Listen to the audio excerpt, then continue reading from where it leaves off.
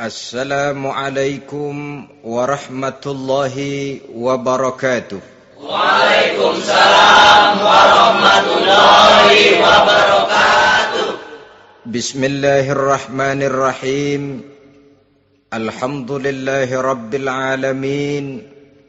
Wassalatu wassalamu ala ashrafil anbiya'i wal mursalin. Sayyidina wa maulana Muhammadin wa ala alihi wa ashabihil mujahidin at-tahirin. Amma ba'du, subhanaka la ilma lana illa ma 'allamtana innaka antal alimul hakim. La haula wa la quwwata illa billahil aliyyil azim. Saudara-saudara kaum muslimin, terutama adik-adik para remaja dan pemuda yang saya cintai. Apabila seseorang akan membangun rumah, tentu saja dia akan mengadakan beberapa pilihan. Sejak dari memilih lokasi di mana rumah itu akan didirikan, sampai kepada menentukan bahan-bahan kualitas yang akan dipakainya, sampai kemudian kepada wujud dan bentuk rumah yang akan ditinggalinya. Demikianlah bahwa untuk membangun sebuah rumah yang hanya untuk menaungi kehidupan di dunia ini, kita mengadakan berbagai macam pilihan.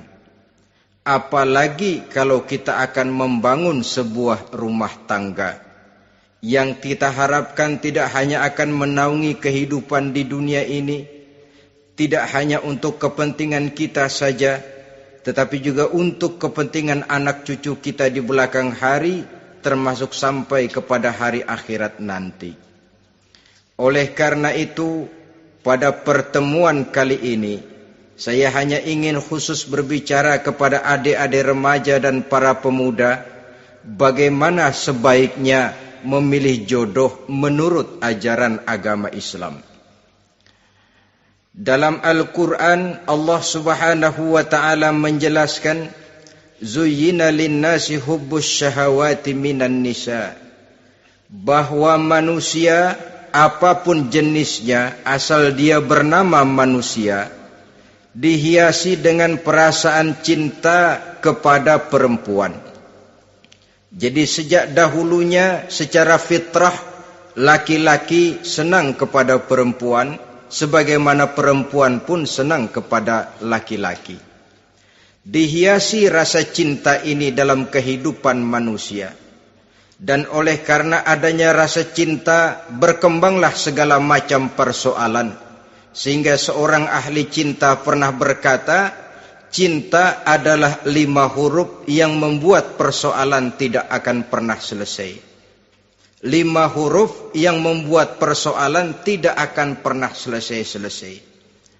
Tetapi dalam kehidupan sehari-hari sering kita saksikan bahwa cinta ini bisa mendorong, memberikan motivasi yang baik, dan cinta ini pun bisa juga memberikan dorongan yang tidak baik.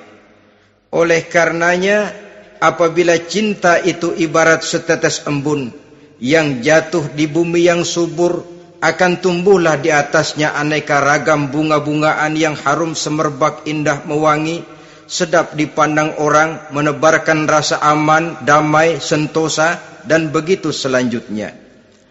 Tapi jika cinta itu jatuh di hati yang gersang dan tandus, tidak ada yang akan dapat tumbuh di sana selain sirih memanjat batu, kuning daunnya, lemah gagangnya, maka cinta yang semacam itu tidak akan memberikan dorongan positif kepada seseorang di dalam kehidupannya.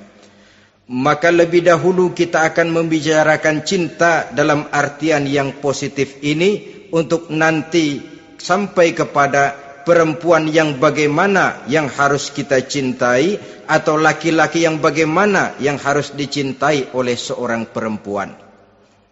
Saudara hadirin yang saya hormati, cinta dalam artian yang positif, pertama, dia selalu mendatangkan keindahan. Yang kedua, cinta itu memberikan energi atau semangat untuk berjuang. Dan yang ketiga, cinta itu selalu membawa resiko dalam bentuk pengorbanan. Maka cinta yang positif pertama melahirkan keindahan. Disinilah orang memerlukan filter atau saringan. Sebab keindahan yang didasarkan karena cinta itu merupakan satu keindahan yang relatif saja. Boleh jadi karena indah orang jadi cinta, boleh juga jadi karena cinta segala sesuatu terasa jadi indah. Namun bagaimanapun juga, kalau hati sudah diliputi oleh rasa cinta, segalanya akan terasa menjadi indah. Cinta itu adalah keindahan. Yang kedua, cinta itu energi, melahirkan dorongan dan semangat. Yang lemah bisa menjadi kuat, yang takut bisa menjadi berani, yang jauh jadi terasa dekat. Itu semua karena dorongan cinta. Dan dari energi ini lahirlah yang ketiga, bahwa cinta adalah pengorbanan. Sehingga orang berkata, berani bercinta artinya harus berani berkorban. Takut berkorban, jangan bercinta. Kalau cinta ini kita salurkan kepada nilai-nilai agama umpamanya, yang pertama, cinta mendatangkan keindahan. Kita cinta kepada agama, maka apapun yang diperintahkan oleh agama akan terasa menjadi indah. Solat akan terasa menjadi indah. Puasa terasa menjadi indah. Zakat terasa menjadi indah. Jihad pun akan terasa menjadi indah. Persis kalau kita cinta kepada seorang gadis. Jika kita cinta kepada seorang gadis, apanya saja akan kelihatan menjadi indah. Jalannya terasa indah, lenggang-lenggoknya terasa indah, suaranya merdu padahal cemprengnya bukan main. Seluruhnya akan mendatangkan keindahan karena dasarnya sudah cinta. Cinta membawa kepada keindahan. Yang kedua, cinta itu melahirkan energi. Orang yang cinta kepada agama akan lahir tenaga dan semangatnya melaksanakan ibadah, melaksanakan puasa, melaksanakan zakat, melaksanakan solat, melaksanakan haji, bahkan melaksanakan jihad sekalipun. Cinta selamanya menimbulkan energi dan semangat. Sama saja dengan kita apabila jatuh cinta kepada seorang gadis, walaupun rumahnya jauh, katanya, gunung pun akan kudaki, lautan pun kuseberangi. Untuk apa itu? Untuk menemui apa yang kita cintai. Cinta selamanya melahirkan energi. Capek tidak terasa, lelah tidak terasa, semuanya tertutup oleh keindahan yang bernama cinta. Lalu yang ketiga, cinta membawa pengorbanan. Apabila kita cinta kepada agama, maka pengorbanan terhadap apapun yang diminta oleh agama, baik itu pengorbanan waktu, tenaga, pikiran, harta, bahkan pengorbanan nyawa sekalipun, kita tidak akan berat melaksanakannya karena cinta kita kepada agama yang kita anut ini. Demikian juga cinta kita kepada seorang perempuan akan membuat kita rela berkorban.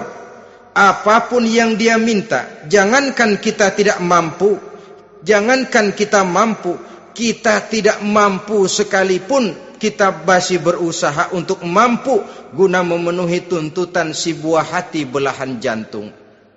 Kadang-kadang malam minggu si doi ngajak nonton. Umpamanya duit tidak ada, gajian belum, kerja enggak. Timbullah inisiatif, entah sepatu kita jual ke tukang loa, entah celana mampir dulu ke tempat lain. Yang penting kita berkorban untuk memenuhi permintaan si buah hati belahan jantung. Ketika itu pengorbanan sudah tidak kita rasakan lagi. Bahkan pengorbanan yang paling pedih sekalipun, dalam gurau, dalam bercanda misalnya, dicubit kita oleh kekasih kita, pedih bukan main, terkelupas kulit, mengalir darah, bukan nangis, nyengir. malah kadang-kadang minta tambah dicubit lagi. Itulah romantikanya cinta, sanggup membuat orang berkorban, melahirkan energi dan semangat, menambah keindahan dalam kehidupan, sepanjang dia dalam artian yang positif.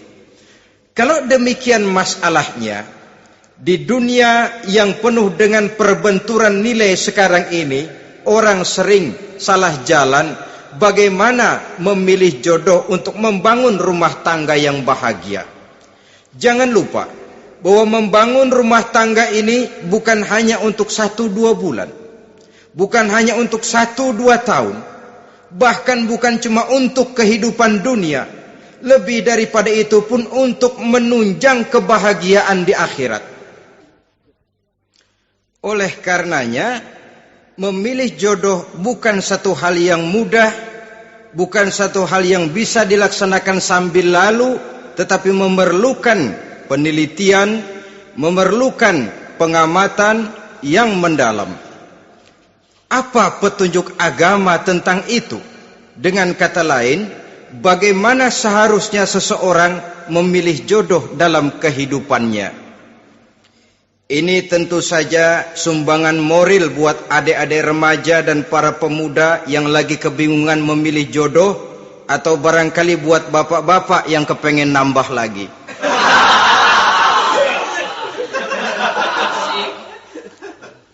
Mohon maaf kepada ibu-ibu, saya tidak menganjurkan, cuma ngajarin. Yang pertama, menurut Nabi, nikahilah perempuan itu karena rupanya, karena hartanya, karena keturunannya, dan karena agamanya. Ada 4 motif utama di sini. Pertama, memilih jodoh, lihatlah rupanya. Lagian siapa yang kepengen dapat jodoh rupanya nggak karu-karuan? Cari rupa yang cantik, indah, dan menawan. Namun jangan lupa, saya katakan di zaman di mana sering terjadi benturan nilai seperti sekarang ini, orang sulit untuk mendapatkan keaslian. Di mana teknologi sudah sedemikian canggih, di mana ilmu kedokteran sudah sedemikian maju, maka berbagai macam rupa bisa dibentuk dengan apa yang dinamakan operasi plastik misalnya. Yang pesek bisa dibikin mancung, kuping yang kelebaran bisa dibikin sedang, pipi yang kembung sebelah bisa dibikin rata, janggut yang tidak menarik bisa dibikin lebah bergantung katanya. Oleh karena itu, kalau pilihan hanya tertuju kepada rupa yang cantik saja semata-mata, kita sudah melakukan satu kesalahan yang sangat besar. Sebab apa? Diperingatkan oleh Nabi melalui hadis Ibnu Majah, Bazar dan Baihaqi dari Ibnu Umar. Janganlah kamu kawini seorang perempuan karena kecantikannya, sebab kecantikan boleh jadi akan mencelakakan. Jangan juga kamu kawini perempuan karena hartanya, sebab kekayaan biasanya akan mendatangkan kesombongan. Tetapi kawinilah karena agama dan akhlaknya, karena itulah yang akan membawa kepada kebahagiaan. Saudara-saudara kaum muslimin, terutama adik-adik remaja dan para pemuda, dikala usia puber, apalagi mata baru terbuka, awal balik namanya, remaja sering kehilangan filter. Pokoknya asal ngelihat rupa yang sudah lemot, denok, geboy, pikiran pun hanyut, malam terkenang, siang terbayang, tidur tak nyenyak, makan tak enak katanya, selalu terbayang wajah si doi. Dikala itu orang kehilangan pertimbangan bahwa rupa yang cantik kadang-kadang sering menipu. Diriwayatkan oleh Imam Ibnu Abbas, satu hari ketika sedang kumpul dengan para sahabat, lewatlah orang dengan potongan potongan orang kaya. Kelihatan kan, orang kaya sama orang miskin jalannya aja lain kan? Jalannya saja, jangan gaya hidupnya, jalannya saja lain. Liwat dia. Rasul bertanya kepada seorang sahabat, menurut pendapatmu bagaimana orang yang lewat itu? Kata sahabat, oh, yang lewat ini ya Rasul, kalau dia meminang perempuan pasti diterima. Kalau dia menolong orang pasti berhasil. Kalau dia ngomong pasti didengerin. Kenapa? Orang kaya. Orang kaya ya Rasul. Kalau dia minang, perempuan mana yang kagak bisa menerima kalau dipinang oleh orang kaya? Biar mukanya udah belipet kayak dompet tanggung bulan. Kalau memang duitnya banyak, nggak kelihatan tuh muka yang belipet. Yang kelihatan duit. Kalau dia nolong orang, pasti berhasil apa yang dia tolong itu. Kalau dia ngomong, pasti didengerin orang. Walaupun omongannya biasa-biasa saja. Kenapa? Orang lihat penampilannya. Sudah, ketika orang itu lewat, beberapa lama kemudian lewat lagi seseorang yang kelihatannya miskin. Rasul tanya lagi, kalau orang ini, bagaimana pendapat kamu? Wah, potongan begini sih Rasul. Kalau dia minang, orang tolak. Siapa yang mau kawin sama kere begini? Kalau dia nolong orang, pasti nggak berhasil. Kalau dia ngomong, kagak bakalan ada yang mau dengerin. Siapa yang mau dengerin orang susah ngomong? Setelah orang itu lewat, apa kata Rasul? Orang yang terakhir, yang lewat ini, yang barusan lewat, jauh lebih baik dari yang pertama yang lewat tadi. Jauh lebih baik.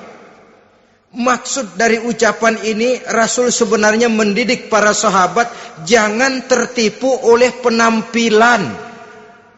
Sebab penampilan tidak selamanya mencerminkan keaslian.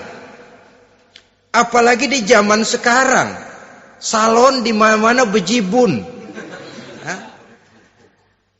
Alis mata bisa dibikin, pipi bisa dicat. Yang pinggir kuning, yang tengah merah, di sebelah merah ada yang kehitam-hitaman, persis orang kepentok tiang listrik.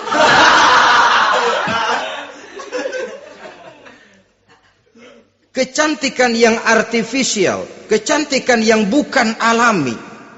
Karena itu silakan saja cari yang cantik, tapi jangan terpaku sampai di situ. Sebab kecantikan di samping dia mudah berubah oleh pergeseran masa dan pertukaran waktu, ternyata penampilan tidak selamanya mencerminkan keaslian. Lain hari seorang sahabat pernah mengadu, "Ya Rasul, ada apa? Inna imraati la turaddu yadul lamis." Ya Rasul, istri saya tidak pernah menolak tangan orang laki yang menjamahnya, mengajak salaman kepadanya. Apa jawab Rasul? Ceraiin aja. Tapi hati saya berat ya Rasul, saya cinta betul sama dia. Ya kalau hatimu berat, jaga dia baik-baik. Nah, dari riwayat ringkas ini kita ambil satu perbandingan. Memang punya istri berwajah cantik itu kadang-kadang si malakama kalau imannya tidak kuat. Si malakama. Kita diemin aja, binal, makan hati, nggak aman, nggak tentram. Jangan-jangan saya berangkat ke kantor, dia ngompreng.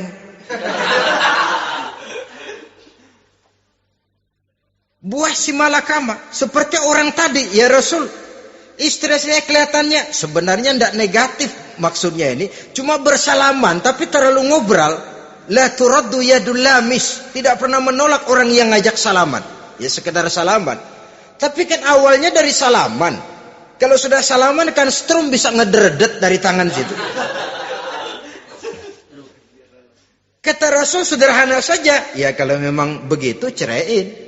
Saya nggak kuat Rasul. Saya cinta betul sama dia. Kalau kau tak kuat berpisah dengan dia, jagalah dia baik-baik. Ajar, didik, tanamkan rasa keagamaan di dalam hatinya. Saudara-saudara kaum muslimin, jadi rupa yang cantik tanpa didasari oleh nilai-nilai agama akan membuat seorang suami di rumah tangganya seperti si malakama. Seperti berhadapan dengan buah si malakama kalau tidak diiringi dengan nilai-nilai moral yang luhur dan bekal agama yang tangguh. akan pergi jauh dari rumah rasanya tidak aman. Sedangkan di rumah saja siapa yang akan mencari nafkah? Dan begitu selanjutnya. Orang tadi jelas berhadapan dengan buah si malakama. Didiamkan, makan hati. Sebab, maaf, kalau seorang suami sudah tidak punya rasa cemburu terhadap istrinya, itu kan yang disebut dayus. Dan dayus itu, jangankan masuk surga, bau surga saja dia tidak dapat. Tapi cemburu dalam artian bukan cemburu buta, cemburu dalam artian yang wajar. Dia cemburu, akan dikerasi takut kalau istrinya minta cerai, sedangkan dia cintanya sudah kadung medok bener. Si malakama jadinya. Nah, ini juga satu riwayat yang memberikan gambaran kepada kita. Pilihan, silakan cari rupa yang cantik saja. Cari yang cantik. Tapi kalau itu dijadikan motif utama tanpa dasar-dasar agama, saya khawatir nanti rumah tangga kita akan berhadapan dengan buah si malakama. Jadi adik-adik remaja, usaha, ikhtiar, cari yang cantik, yang kira-kira nggak membosenin, supaya kita betah tinggal di rumah, supaya kita merasa ada tempat berbagi rasa, ada tempat kita bernaung. Sebab kalau nyari bini sebini-bininya mah, ya jodoh di tangan Tuhan, kagak usah nyari juga ntar datang diri umpamanya. Iya, kalau yang datang peot. Orang harus berusaha walaupun pada akhirnya jodoh toh memang ditentukan Allah. Kan 3 hal yang kita tidak bisa menentukan itu katanya. Maut, rezeki, jodoh. Itu yang masuk mysterious problem. Problem yang misterius. Maut, misterius. Kapan kita mati, kita sendiri tidak tahu. Tahun depan, 50 tahun lagi, 100 tahun lagi, tidak pernah seorang pun diberitahu. Tapi yang pasti dia bakal datang. Kapan dan di mananya, kita tidak tahu. Bisa di rumah, bisa di masjid, ya alhamdulillah. Bisa di majelis taklim, syukur. Bisa di medan perang membela agama, bagus. Pasti dia akan datang. Maut, mysterious problem. Sesuatu yang kita tidak tahu kapan datangnya. Rezeki, gitu juga. Sehingga orang sering bilang, rezeki katanya kayak bayangan. Kita uber-uber, dia lari. Kita diam, dia mah diam. Setengah mati kita uber-uber. Emang ukuran segitu? Segitu aja. Begitu kita nggak ngapa-ngapain, datang yang bawain rezeki. Namanya rezeki itu mysterious problem. Kadang-kadang ngobek, sungsang, sumbul, udah segala tanah orang kita ukur-ukurin. Udah segala ngomong sudah nggak ada yang loh, tuh sudah buta. Tapi memang bayangan, kalau belum rezeki ya belum. Kadang-kadang nyari kode sampai tidur di kuburan. Belepotan tanah kuburan loh. Yang aneh lagi kadang-kadang orang gila ditanyain. Allahu Akbar, ini kode-kode zaman sekarang ini. Sampai orang waras nanyain orang gila itu gimana itu. Ini sudah efek yang betul-betul negatif. Sudah jelas orang gila kok ditanya. Apa kira-kira yang nanya nggak lebih gila dari yang gila itu?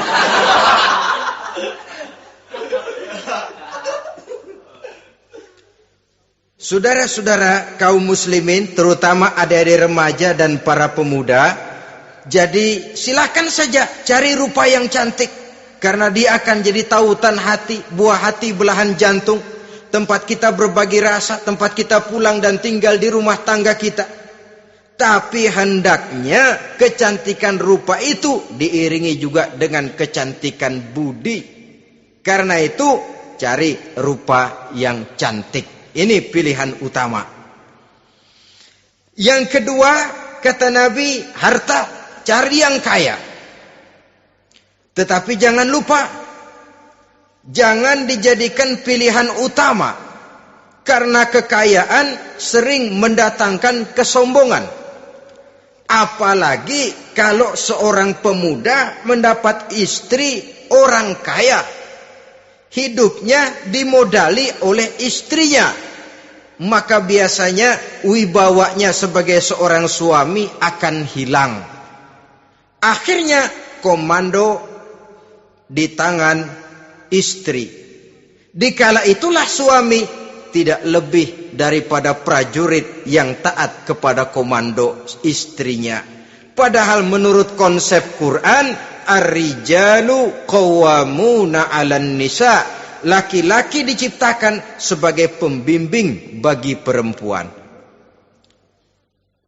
Kalau nanti suatu saat terjadi benturan, sedangkan modal diberikan oleh istri, terjadilah pengungkitan.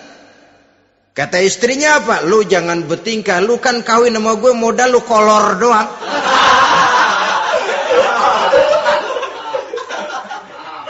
Kalau sekarang bertingkah, silakan keluar rumah. Bawa seperti engkau datang dulu, jangan bawa apa-apa. Pergilah seperti engkau datang dulu kemari. Hilanglah wibawa seorang suami. Suami kalau udah digentak sama istri begitu, ngelempuruk kayak ayam sampar. Di mana lagi letak wibawanya? Harta sering mendatangkan kesombongan. Oleh karena itu, walaupun diperintahkan cari yang keturunan orang kaya, tapi maksudnya jangan dompleng. Sebab kepribadian seorang suami akan ditentukan oleh sifatnya sendiri. Keberadaannya ditentukan oleh karya dan perbuatannya sendiri. Itulah yang akan menampilkan kepribadian dia dalam kehidupan di masyarakat ini.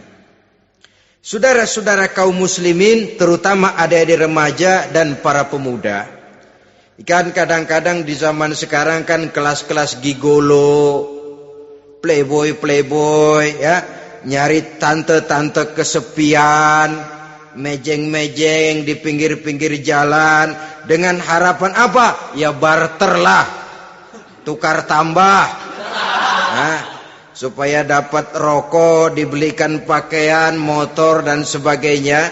Tapi yang jelas hilang harga diri sebagai laki-laki, dan itu yang paling mahal. Kalau seorang laki-laki sudah kehilangan harga diri, apalagi yang bisa dibanggakan dalam kehidupan ini? Apa artinya naik mobil kalau kepala tertunduk ke bawah? Apa artinya jalan di tengah masyarakat kalau kita tidak bisa menengadah dengan satu kebanggaan?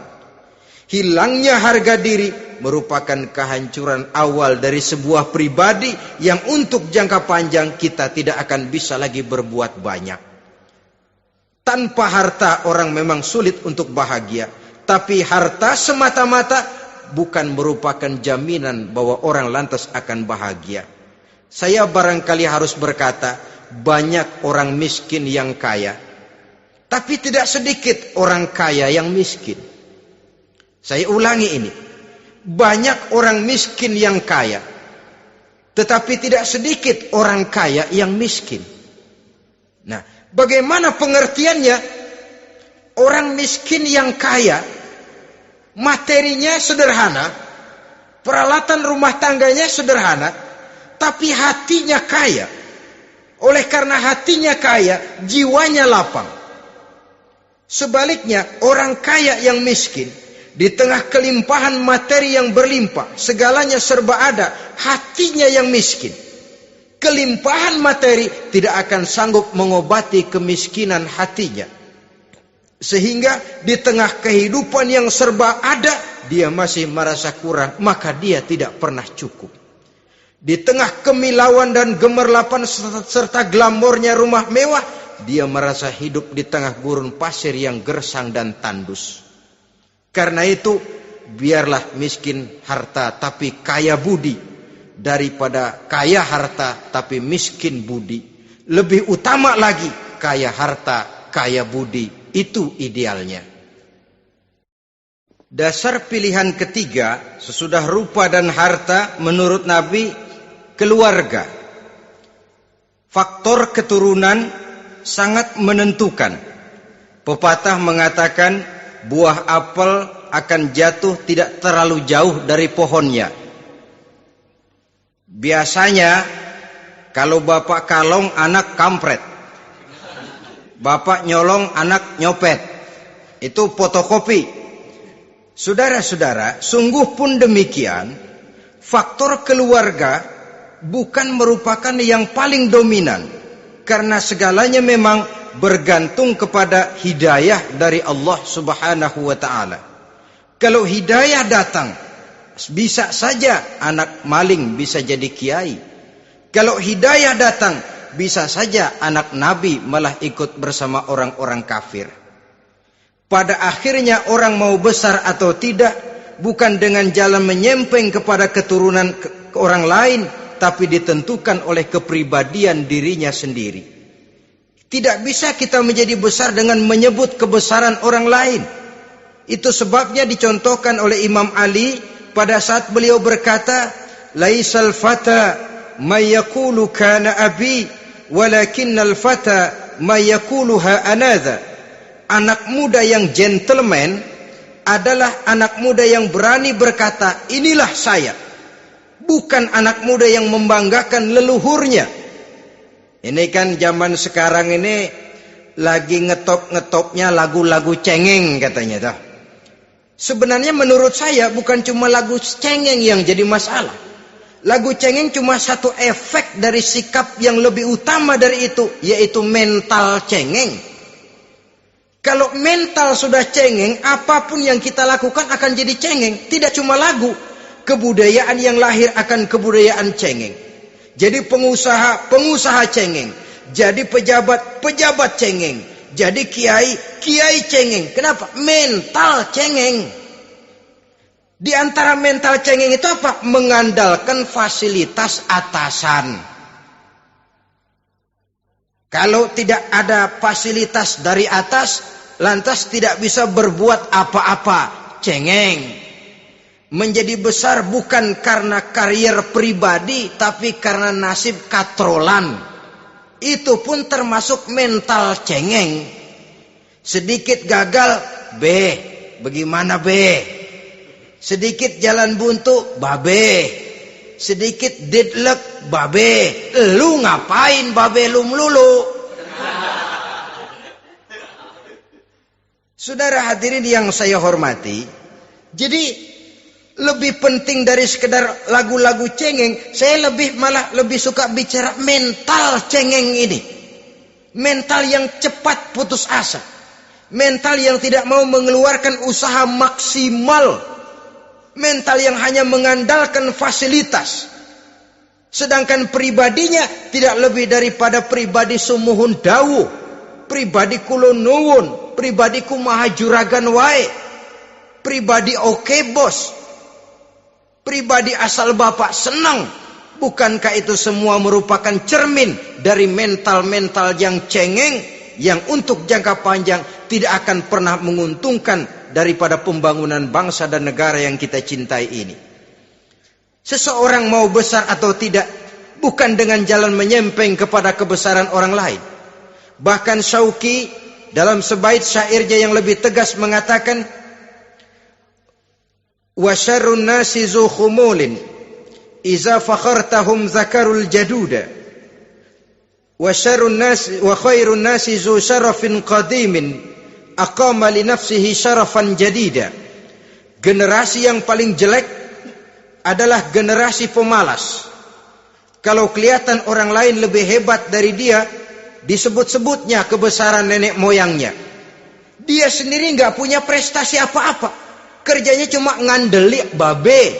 Kerjanya cuma menggelayuti fasilitas orang tuanya. Tanpa itu dia tidak akan punya nilai dan harga sama sekali. Ini generasi paling jelek. Kalau orang lain kelihatan lebih hebat, dia sebut nenek moyangnya. Lo sih belum apa-apa lo, baru kopral lo. Engkong gua no, komandan Hansip. Engkongnya. Engkongnya yang disebutin. Dia sendiri tidak punya prestasi apa-apa. Jadi silahkan saja cari gadis dari keturunan keluarga yang baik-baik. Tapi jangan jadikan tendensi utama, jangan dengan niat untuk menyempeng kepada kebesarannya. Tapi paling tidak dengan niat agar mudah-mudahan dari benih yang baik ini akan lahir keturunan-keturunan yang baik pada akhirnya nanti. Itu yang kita harapkan. Bukan lalu dengan pertimbangan, weh, mertua gue bos nih, kali aja begitu gue kawin dia mampus. Ini semua warisan kan jatuh kemari semua. Kalau itu niatnya sudah jelas salah. Kita mencari perempuan dengan keturunan-keturunan yang baik dengan berharap agar anak-anak kita nanti yang akan merupakan benih cucunya akan melahirkan kebaikan-kebaikan seperti leluhurnya dulu. Saudara, pilihan yang keempat kata Nabi, agama. Ini yang paling inti. Kenapa? Agama itu motivasinya moral. Di sini segalanya ditentukan. Rupa yang baik, harta yang banyak, keluarga yang luhur. Kalau sudah dilandasi oleh agama yang rapuh, bahkan tidak beragama sama sekali, ketiga hal di atas tadi hanya akan mendatangkan malapetaka. Sekarang kan kita tertipu oleh penampilan, padahal penampilan belum tentu kenyataan. Di jalan-jalan kita akan lebih terpesona melihat gadis pakai miniskirt di atas lutut ketimbang kita melihat gadis-gadis yang pakai jilbab. Kalau sudah pakai jilbab keliwat, yang usil banyak banget, bau sorga nih. Bau sorga katanya. Tapi kalau sudah yang pakai miniskirt itu yang lewat, itu dari ujung ke ujung mata kagak mau kedip. Laler nemplok di mata kagak dirasain. Kita terpesona oleh penampilan zahir, padahal penampilan belum tentu memantulkan hal yang sebenarnya. Tapi memang itulah watak manusia. Watak manusia, saya katakan manusia tanpa kecuali. Tetapi bergantung kepada pemikiran jangka pendek atau jangka panjang. Kalau jangka panjang yang kita pikirkan, ya tentu kita tidak akan mudah terpesona oleh hal yang zahir. Sampai-sampai Quran sendiri mengatakan budak yang hitam legam tapi beriman itu lebih baik daripada orang-orang musyrik walaupun cantik, denok, lemot, geboy. Ada lagi nggak bahasa yang lebih dari itu?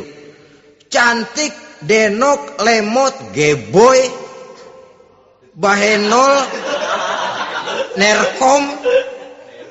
Tapi kafir masih lebih baik budak yang hitam legam sekalipun. Kalau dia beriman. Kenapa? Rumah tangga untuk jangka panjang. So itu Islam tidak membolehkan kawin campuran dengan lain agama. Walaupun ada ayat yang mengatakan boleh kawin dengan ahlul kitab. Tapi sebagian mufassir menjelaskan bolehnya kawin dengan ahlul kitab itu dalam kondisi darurat. Dalam kondisi normal tidak bisa. Kenapa? Kalau sudah berlainan agama, akan terjadi kerancuan rumah tangga untuk jangka panjang. Bagaimana membina dalam keharmonisan di rumah tangga? Bagaimana nasib anak-anak nanti? Kadang-kadang ada keluarga, kami sih keluarga modern. Anak-anak kami berikan kebebasan untuk milih agama apa saja. Bapaknya Islam, istrinya Kristen, anaknya ada yang Hindu, Buddha. Bagus nih, keluarga pecel namanya. Bagaimana keluarga modern bisa seperti itu? Padahal seorang suami bertanggung jawab di hadapan Allah. Dia akan ditanya tentang istrinya. Dia akan dimintakan pertanggungan jawab tentang anak-anaknya. Kalau istri kita berlainan agama, mungkin terjadi pengkaplingan. Pokoknya kalau anak perempuan ikut ibu, anak laki ikut bapak. Administrasi dunia bisa begitu, tapi akhirat pertanggungan jawab di hadapan Allah. Bisakah kita? Sorry aja Tuhan emang janjinya begini. Saudara hadirin yang saya hormati, oleh karena itu budak legam hitam kalau beriman masih lebih baik daripada orang-orang yang tidak beriman walaupun cantik dan mempesona. Kenapa? Ini faktor agama. Ya buat 1-2 bulan bisa terwujud rumah tangga yang tentram. 2-3 tahun mungkin masih bisa bertahan. Tapi sampai kapan? Sampai kapan itu akan terwujud? Pada akhirnya akan muncullah dilema yang akan sulit buat diatasi. Oleh karenanya motif agama dijadikan stres oleh Nabi. Fasfar bizatiddin taribat yadak. Pilih agama sebagai titik sentral, sebagai pilihan utama. Kalau agamanya kuat, walaupun rupanya sederhana, tapi karena nilai agamanya kuat, dia bisa menyenangkan hati suaminya. Dia bersolek untuk kepentingan suaminya. Dia taat kepada suaminya. Harta, dia anak orang kaya untuk membantu perjuangan suaminya. Tapi kalau tidak ada modal agama, rupa yang cantik bisa menyengsarakan suami. Apalagi kalau suami kere. Istrinya sudah cantik, kaya ataupun tidak kaya kadang-kadang. Udah, suaminya suruh ngempuk di rumah, bininya yang kerja. Ya kalau kerja mendingan kalau dikerjain itu.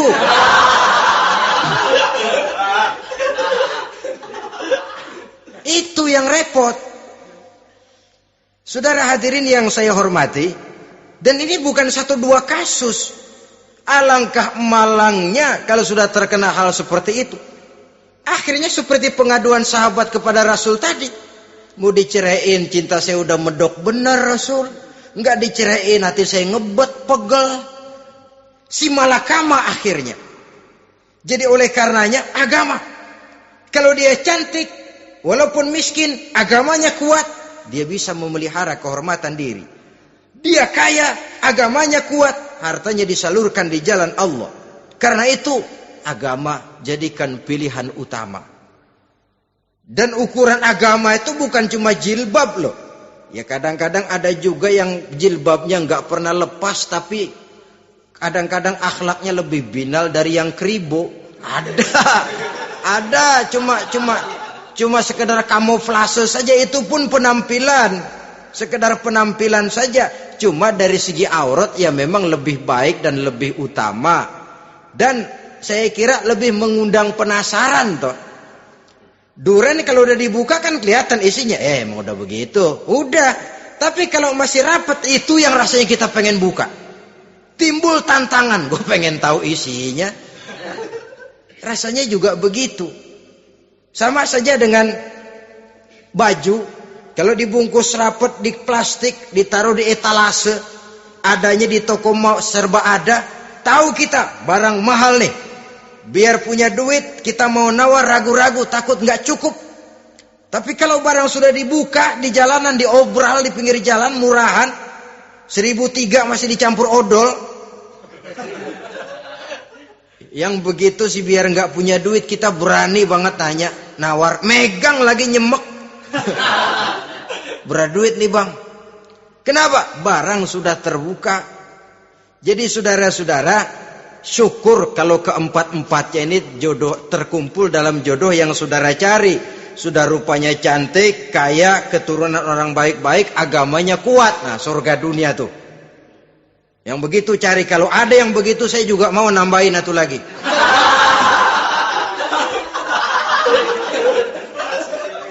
Tapi yang kumpul keempat-empatnya ini terus terang saja langka. Makhluk langka ini. Kadang-kadang cantik, kaya, keluarganya hebat, agamanya nol, akhlaknya kayak setan. Tapi yang paling celaka kalau empat-empatnya kagak ada. Rupanya jelek, melarat, bapaknya biang maling, kagak beragama lagi. Apanya yang mau dipilih? Mampus saja mendingan. Sudah nggak ada pilihan sama sekali tuh. Sudah nggak ada pilihan sama sekali. Saudara hadirin yang saya hormati, terutama adik-adik remaja. Nah, lalu apa motivasi agama dalam pembinaan ini apa? Agama ini kan memberikan contoh bahwa perempuan yang baik itu, yang kita ingin jadikan dia sebagai ideal dalam pencarian jodoh, tandanya 3. Iza ra'aitaha sarratka, kata Nabi. Kalau dipandang, dia bisa menggembirakan kamu. Kan ini yang penting buat seorang suami. Kalau saudara nanti jadi suami, punya istri yang jadi partner setia mendampingi suaminya. Kalau dilihat nggak membosenin, Kenapa? Dia berdandan untuk nyenangin hati suaminya. Enggak bosenin. Kan kadang-kadang ada bini kalau kita pulang demok aja fotonya.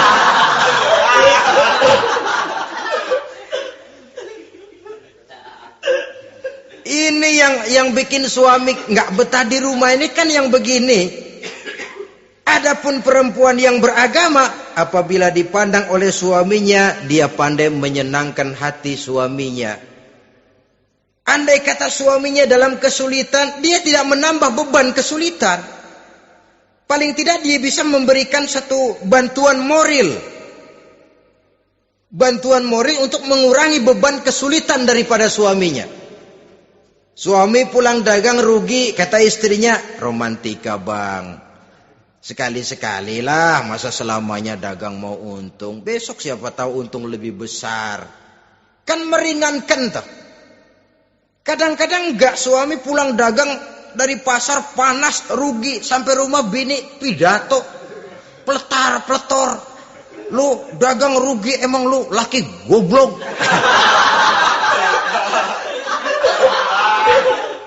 Sudahlah di pasar rugi, di rumah digoblok-goblokin. Ini nanti kena penyakit broken home yang begini ini. Padahal kesuksesan di kantor, kesuksesan di pasar, kesuksesan di medan tugas selalu dimulai dari kesuksesan dan ketenangan dari rumah tangga. Dia berhias untuk kepentingan suaminya, tidak terlalu berlebihan, dan suaminya pun pandai menghargai istrinya dengan kata-kata yang menimbulkan gairah dan semangat. Melihat istrinya bersorak, kamu makin cantik saja. Jangan juga kadang-kadang suami ketus. Ngelihat pulang kantor, lihat suaminya, istrinya dandan rapi. Tumben lu mau bekasin apa? Mau bekasin katanya. Artinya apa ini? Pandai mengembirakan, bisa tenggang rasa, bisa berbagi rasa. Sehingga suami merasa ada tempat dia bertukar pikiran. Ada tempat dia membicarakan persoalan. Dialog dalam kehidupan berumah tangga itu sangat diperlukan. Iza ra'aitaha sarratka, kalau dipandang dia sanggup mengembirakan kamu. Dikasih uang 500 senyum, 5.000 pun ketawa. Menggembirakan. Dia bisa taruh kata hatinya kesel, tapi mulutnya senyum. Nah ini yang sulit ini. Senyum tapi kesel, kesel tapi senyum. Kadang-kadang istri itu kan kalau sudah kesel, suami pulang nggak bisa dia menyembunyikan kekesalannya. Dari jauh suami sudah lihat ini yang nyambut, ini bemo ini. Udah monyong serem. Saudara hadirin yang saya hormati, yang kedua, bila diperintah dia taat. Ini pengaruh agama. Sehingga Nabi mengatakan, "Lau amartu li ahadin ayyasjuda ila ghairiha, la amartul mar'ata litasjuda ila zawjiha, likibari haqqihi 'alaiha." Andai kata saja boleh aku memerintahkan manusia untuk sujud kepada sesama manusia, pastilah aku perintahkan perempuan untuk sujud kepada suaminya. Kenapa? Karena besar hak suaminya kepada dirinya. Untung sujud kepada manusia tidak boleh. Andai kata boleh, perempuan disuruh sujud sama suaminya. Ini tidak perlu sampai sujud, cium tangan saja minta ridho suami. Kadang-kadang perempuan sekarang berat. Paling banter setahun sekali lebaran doang. Laki pulang sembahyang tubruk, cium tangan, minta redo, nangis segala macam. 3 hari habis lebaran, beras habis, monyong aja lagi.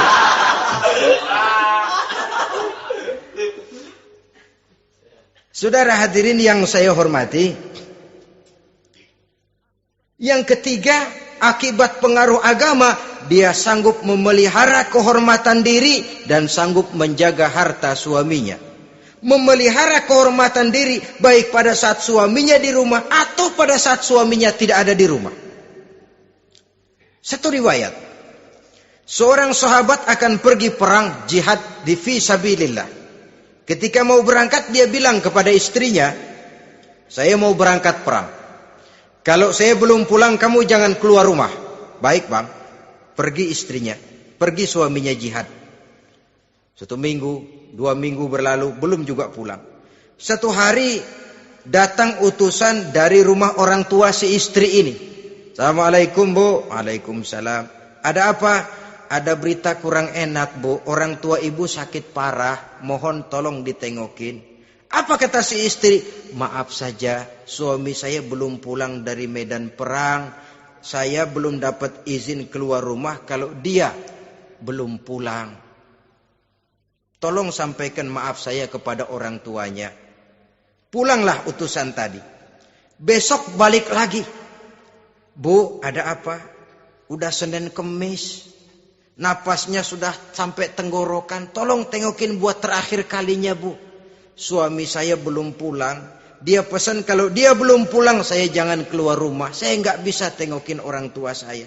Salam maaf saja. Pulang utusan itu. Besok balik lagi. Bagaimana? Sudah meninggal bu. Mau dikubur. Tengokinlah buat terakhir kalinya. Suami saya belum pulang. Saya belum berani keluar rumah kalau suami saya belum pulang. Itu janji saya sama suami saya. Pulanglah utusan ini ngadu kepada Rasulullah sallallahu alaihi wasallam. Ya Rasul, ini perempuan kelewatan benar. Dari orang tuanya sakit sampai sekarat, sampai mati, sampai dikuburin dia nggak nengokin. Memangnya kenapa? Suaminya katanya pergi jihad dan suaminya tidak mengizinkan dia keluar rumah kalau si suami belum pulang. Apa jawab Rasul? Marahkah beliau? Tidak, beliau senyum. Apa katanya? Dosa orang tua yang meninggal ini telah diampuni oleh Allah karena dia punya anak perempuan yang begitu taat kepada suaminya. Allahu Akbar. Dosa orang tua yang sudah meninggal itu diampuni oleh Allah karena dia punya anak perempuan yang begitu taat kepada suaminya. Ketaatannya kepada suaminya menyebabkan dosa orang tuanya diampuni oleh Allah Subhanahu wa taala. Suami pergi jihad, orang tua sakit keras, tidak berani dia keluar rumah. Itu tandanya bisa menjaga kehormatan diri. Kalaupun satu saat suaminya manggil, bu, tolong ambilin uang di dompet. Dompetnya dibawa, bang, ambil saja sendirilah, nanti salah ambil lagi saya. Kadang-kadang enggak, suaminya pergi mandi, dompet berantakan. Saudara hadirin yang saya hormati, ini motivasi agama. Jadi kecantikan zahir yang diimbangi dengan kecantikan batin oleh karena pengaruh agama tadi.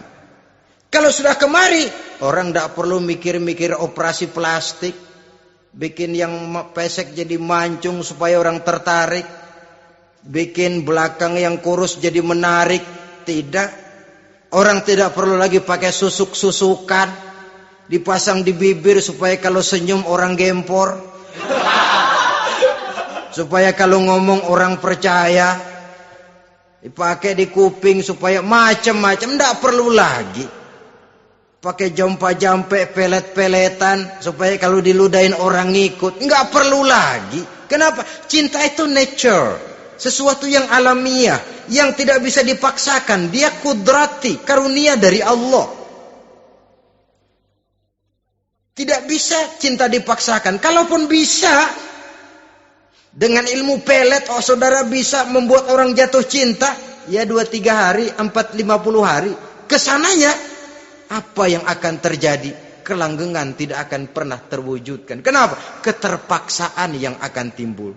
Dalam kondisi semacam itu, rumah tangga tidak akan mengalami ketenangan dan ketentraman. Jadi biarkan cinta berjalan secara alamiah, karena dia memang alamiah. Saudara-saudara, nah sekarang kalau sudah ketemu nih, yang 4 tadi, rupa cantik, keturunan boleh, kaya lumayan, agama kuat. Apa yang harus kita cari? Apa yang harus kita lakukan? Apa pakai pepatah anak sekarang? Aku lihat, aku pikat, aku dapat, aku sikat, aku minggat. Bangsat.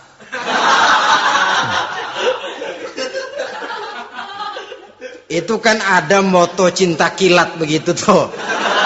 Cinta kilat katanya. Aku lihat, aku pikat, aku dapat, aku sikat, aku minggat. Bangsat. Atau kita harus hanyut dalam arus free love, free sex, summon living, eksperimen dulu? Tidak. Islam menganjurkan kalau memang seret, ini rasanya ini nih, mantap gue nih. Apa yang diajarkan oleh Islam selanjutnya? Meminang, saudara-saudara. Meminang adalah langkah awal untuk mengikat tali pernikahan. Diizinkan meminang. Dan di dalam meminang pun diizinkan untuk melihat. Cuma kalau boleh, ya syaratnya itu, waktu melihat itu jangan sampai ketahuan si perempuan yang akan kita pinang itu. Untuk apa kita meminang? Pertama untuk yakin. Yakin bahwa perempuan yang kita inginkan ini sudah kumpul syaratnya itu, tidak ada cacatnya. Yang kedua, untuk memperkuat tekad hidup berumah tangga. Diperlukan meminang. Adapun adat itu berbeda, tapi bahwa konsep meminang itu dalam Islam ada, itu jelas. Ya kalau mesti bawa pisang raja, pakai roti buaya, pakai martabak segede ban mobil truk segala macam, itu adat saja, ya. Tapi yang real meminang itu ada dalam Islam. Nah, bagaimana adab meminang? Setelah kita tahu anak ini cantiknya ya, keturunan baik, ya kekayaannya lumayan, agamanya kuat, pinanglah dia. Caranya boleh lihat langsung. Lihat langsung kalau bisa tanpa setahu si perempuan. Dan batas yang boleh dilihat itu muka dan tangan. Itu saja. Jadi jangan gerusak. Minta permisi Pak, saya mau ngelihat anak bapak seutuhnya. Soalnya buat saya ini nanti. Apanya aja dibedolin, jangan. Kira-kira yang boleh itu muka sama tangan. Andai kata kita risih, sebab nanti kalau nggak jadi akan jadi timbul rasa malu dan si perempuan juga kasihan. Boleh mengutus perempuan yang kita percaya. Coba kau ke sana, lihat kondisinya yang sebenarnya bagaimana. Kalau ngelihat dari jauh sih utuh, siapa tahu nanti tangannya kurang sebelah. Coba lihat sana. Saudara-saudara, kemudian boleh juga ditanyakan kepada orang tuanya. Dan dalam hal ini orang tua si gadis tidak boleh menyembunyikan aib atau cacat yang dimiliki oleh anaknya. Dia harus menceritakan apa adanya, sampai pun kekurangan anaknya yang paling kecil sekalipun. Sebab apa? Jangan sampai istilah pepatah beli kucing dalam karung. Kedengeran suaranya doang meong-meong, begitu dibuka tuh kucing gempor sebelah kakinya nggak ada. Kan tentu kita tidak kepengen kecewa di belakang hari. Itulah perlunya meminang sebagai jembatan untuk menuju kepada pernikahan. Nah, dengan demikian kalau sudah usaha meminang ini dilaksanakan, jangan merasa sudah setengah resmi. Ini yang kadang-kadang jadi penyakit. Malah sesudah meminang harus masing-masing lebih menjaga diri, menjaga kehormatan, menjaga pergaulan. Kenapa? Agar saat memasuki jenjang pernikahan nanti merupakan jenjang yang sangat ditunggu-tunggu. Ada rasa keinginan tahu. Kalau tidak, ya udah biasa, nggak giroh lagi ngadepin perkawinan. Kenapa? Kemarin-kemarin gue udah cobain. Hilang gairah lagi. Sebab itu kalau sudah meminang, jangan merasa sudah setengah halal. Udah minang ini Kadang-kadang orang tua juga konyol. Sudah dipinang, diumbar. Lu bawa kemana kayaknya lu udah pinang. Padahal meminang itu cuma langkah awal. Sedangkan selanjutnya harus lebih berusaha menjaga kehormatan diri. Sampai pada saat nanti pelaksanaan pernikahan. Nah, saudara-saudara, terutama adik-adik remaja dan para pemuda, walaupun agak sekilas memang karena terbatasnya waktu pada pertemuan ini, mudah-mudahan bisa memberikan gambaran yang sepintas tentang bagaimana sebaiknya kita memilih jodoh di dalam membina rumah tangga yang bahagia. Semoga ada manfaatnya. Terima kasih atas segala